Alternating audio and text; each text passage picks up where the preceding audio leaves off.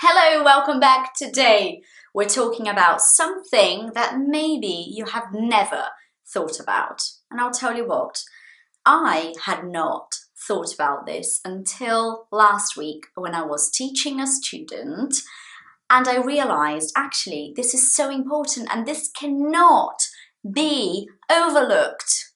When something is overlooked, you don't see it. You look. Actually, it makes sense, doesn't it? You look over it. So the thing is here and you look over it. So you're not actually seeing this, you're seeing what's there. So this is something that is overlooked and it's so important. I was teaching a student, listen to this. I was teaching a student and my student was telling me something about his work colleague. But he said something like this: my work colleague is not nice. He never listens. I spoke to her and then I realized when he was talking, I realized, hold on a minute, he or she, I asked him, because he said, my work colleague is not very nice. He never listens. You can't talk to her or something like this. And then when I was listening to him, I thought, he or she? Which one are you talking about here?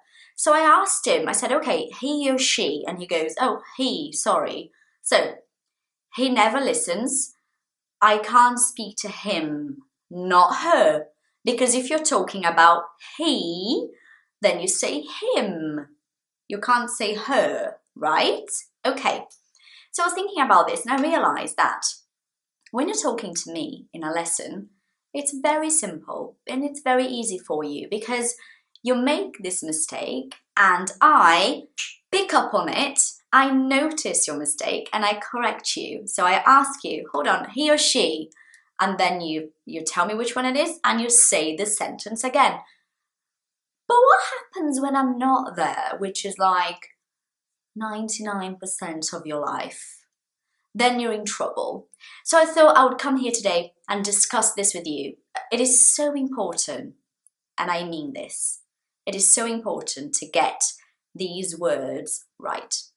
He, she, her, him. You need to get this right. And what I find is what I see, my opinion, what I think. Look, what I find is that there are lots and lots of intermediate students that know a lot of words, can communicate, know the basic structures quite well. You know, they are intermediate students. They make this mistake. So there is a problem here because although you are intermediate, you're still making this confusion. You're still making this mistake. There's something that needs to be done. So I was thinking about this so hard and I came up with a little exercise that you can do to help you remember the difference between he, she, him, her, right? So what you're going to do is you're going to choose. You're going to pick one person who is male, so it's a man, and one person who is female, so a woman, that you know, okay? This needs to be somebody you know really well. It could be a family member, a friend, somebody you work with, but it needs to be somebody you know well. Just one person for each one. And then you're going to make a list. You're going to get a piece of paper and a pen. At the top, you're going to write the person's name. For example, Julia, at the top of the page, you have to see the name there, okay? Because this is you sending a message to your brain and hopefully helping you remember this next time you're speaking, okay? Name at the top of the page, Julia, and then you go 10 sentences about Julia. And this exercise is actually amazing because you're going to practice he, she, him, her, and you're going to practice present tense. Because you know that, don't you? In the present, when you talk about he or she, you say S at the end of the verb. So, I live here she lives here. Yeah? In the present, only in the present, you need to put S at the end of the verb. This exercise is going to give you a chance to practice the S at the end of the verb because you're going to make a list in the present. Okay? If you want to practice the past, then you make another list about this person in the past. No problem. Look, just for you to see what I mean.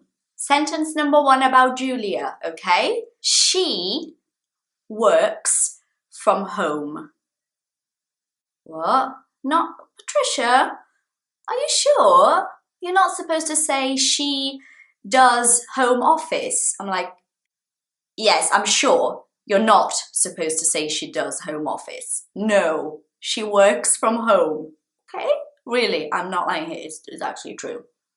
So, she works from home. She works from home. She, Julia, she, lady, she. Got it? Okay. Next one would be something like this. If it's true about Julia, of course. Her son's name is Matthew. Her son's name. Because Julia is a woman. So when you refer to her, you say her son. My son, her son. You see? So this exercise is amazing because it sends messages to your brain. There is a lot of repetition and your brain needs that. Your brain needs repetition to be able to learn, to be able to retain information, to remember things. So do that. Now, really guys, do not overlook the importance of getting these words right. It is important because imagine talking to someone about your boss. The word boss, I don't know if it's a man or a woman. I don't know. And you're talking to me and you go, my boss said she can't come. And you actually have 2 bosses. You have a she and a he. And I don't know which one you mean. Like, I'm like, okay, which one, Mark or Anna? Like, which one? But when you're talking to people in real life, they don't ask you. I ask you because I'm your teacher, but people don't ask you he or she. They don't do that. So you need to get it right in order to have a good communication. Because if you're saying things that are confusing, people don't understand you, and this sometimes can cause a problem depending on the situation, you know. So I hope you enjoyed this exercise. Please let me know in the comments down below if you did it and if you enjoyed it.